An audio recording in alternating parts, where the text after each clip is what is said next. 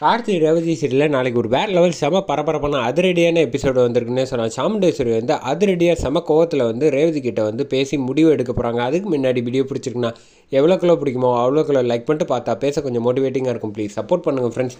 இந்த பக்கம் இதுக்கப்புறமும் நம்ம வந்து எல்லா உண்மையும் தெரிஞ்சுக்கிட்டு நம்மளை வந்து விட்டு வச்சதே பெரிய விஷயம். அவங்க பெருசாக திட்டம் போட்டு வச்சுருக்காங்க, நம்ம கிளம்பி போயிடலாம் அப்படின்னு சொல்லிட்டு மண்டபத்தை விட்டு போகிறாங்க.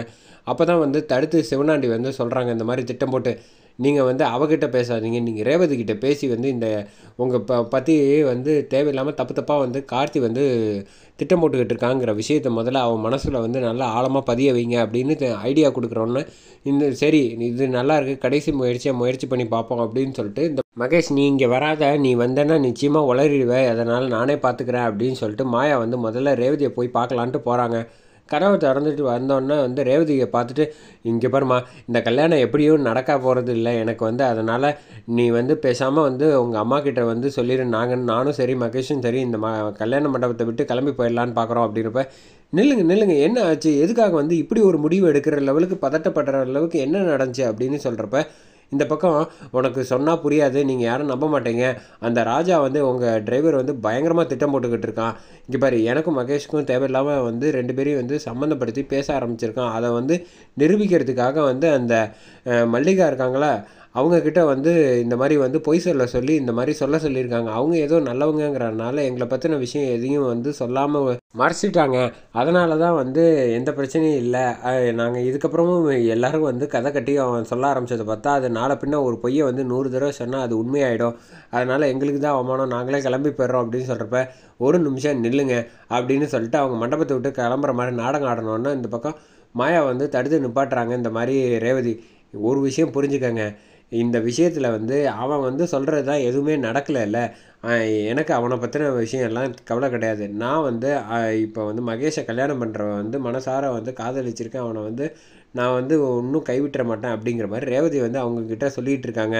இங்கே பாரு, ரேவதி மனசை கலைக்கிறதுக்காக மேற்கொண்டு வந்து பொய் மேலே பொய்யா வந்து அடுக்கிறாங்க. இங்கே பாரு, நீ நினைக்கிற மாதிரி கிடையாது. ஒரு வேளை மகேஷை வந்து இந்த கடைசி நேரத்தில் ஒரு வேளை வந்து அவன் மறைச்சி வச்சுட்டான்னு வச்சுக்கோயேன், அந்த சமயத்தில் மாப்பிள்ளையை காணும்னு எல்லாரும் வந்து திட்டம் போட்டா, அப்படி இருக்க சூழ்நிலையில் உங்கள் அம்மா வந்து ஆல்ரெடி வந்து நிச்சயதார்த்தத்தில் என்ன நடந்துச்சுன்னு உனக்கு நல்லாவே ஞாபகம் இருக்குல்ல, அதனால் நல்லா யோசித்து பார்த்துக்க, அவன் தான் உனக்கு மாப்பிள்ளையாவான், உங்கள் அம்மாவும் வந்து அதை வந்து செயல்படுத்திடுவாங்க அப்படின்னு சொல்கிறப்ப, நீயும் வேறு வழி இல்லாமல் உன் கழுத்தில் அவன் தாலி கட்டுற மாதிரி ஆகிடும் அப்படின்னு சொல்கிறப்ப, இங்கே பாருங்கள் என்ன நினச்சிக்கிட்டு இருக்கீங்க, அதெல்லாம் முடியவே முடியாது. என் அம்மா என்ன யார் சொன்னாலும் என் கழுத்தில் யார் தாலி கட்டணுங்கிறத நான் தான் முடிவு பண்ணுவேன்.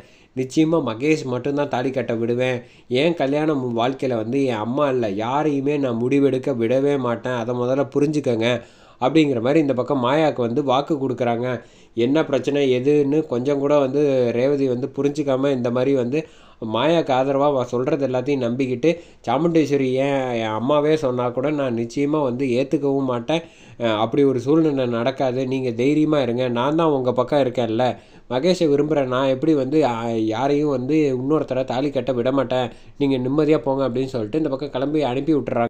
அந்த சமயத்தில் தான் மண்டபத்துக்கு வந்து ஓரமாக போய் நின்று பேசுகிறாங்க. மாயா வந்து மகேஷ்கிட்டையும் அதே மாதிரி இந்த பக்கம் சந்திரகலா கிட்டேயும் சிவனாண்டி 4 பேரும் திட்டமிட்டு இருக்காங்க. என்ன அவன் நம்பினாளா ரேவதி அப்படின்னு சொல்கிறப்ப, ஆமாம் அவன் முழுசாக வந்து நம்ம பக்கம்தான் நிற்கிறா, மகேஷ் உன் மேலே வந்து அவ்வளோ அன்பு காதலோடு இருக்கிற மாதிரி வந்து அவன் மனசை வந்து மாற்றி வச்சுருக்கேன் நான், இது போகிறோம் அப்படின்னு சொல்லிட்டு சிவனாண்டி வந்து சொல்கிறாங்க.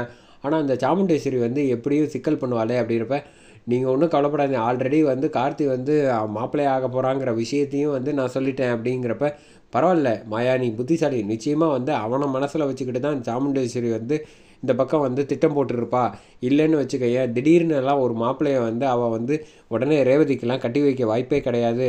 அப்படி இருக்கும்போது ரேவதி மனசில் வந்து நிச்சயமாக வந்து அவனை பற்றின விஷயம் எல்லாமே தப்பாக வந்து புரிய வச்சாச்சு. இது ஒரு விஷயம் அவளுக்கு வந்து சந்தேகம் வர்றதுக்கு உண்டான தூண்டில் மட்டும் போட்டால் போகிறோம், மற்றது எல்லாத்தையும் அவளே வந்து பார்த்துப்பா அப்படிங்கிற மாதிரி சொல்லிடுறாங்க.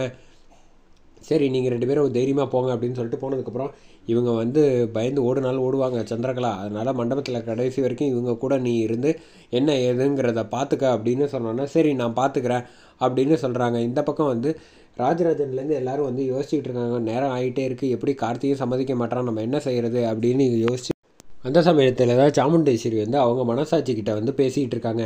இப்போ என்ன செய்ய போகிற அப்படின்னு சொல்லி கேட்குறாங்க. உனக்கு வந்து கார்த்தியை வந்து ரொம்ப பிடிச்சிருக்கா அப்படின்னு கேட்குறப்ப, ஆமாம் எனக்கு மனசார வந்து பிடிச்சி தான் இருக்குது. உன் பொண்ணு வந்து ஏற்றுப்பாளா, நல்லா யோசிச்சுப்பார், ஆல்ரெடி அவன் மகேஷை வந்து விரும்பியிருக்கேன் அப்படின்னு சொல்லி இந்த பக்கம் வந்து மனசார வந்து ஏற்றுக்கிட்ட மாதிரி இத்தனை நாள் வந்து அவள் தான் புருஷன் நினச்சிக்கிட்டு இருக்கா. கடைசி நேரத்தில் நீ சொல்கிறத வந்து அவள் கேட்பாளா அப்படின்னு நல்லா யோசிச்சுக்க சாமுண்டேஸ்வரி அப்படின்னு சொல்கிறப்ப, அவளை எப்படி சம்மதிக்க வைக்கணும்னு எனக்கு தெரியும். ஒரு வேளை முடியாது அப்படின்னு சொன்னால் எனக்கு என் பொண்ணு இல்லையா, என்னோட பிடிவாதம் அவளுக்கு இருக்கும்ல, அதை நான் பார்த்துக்கிறேன் அப்படின்னு சொல்லிட்டு சாமுண்டேஸ்வரி அவங்க மனசாட்சிக்கிட்ட பேசுகிறதோட முடியுது.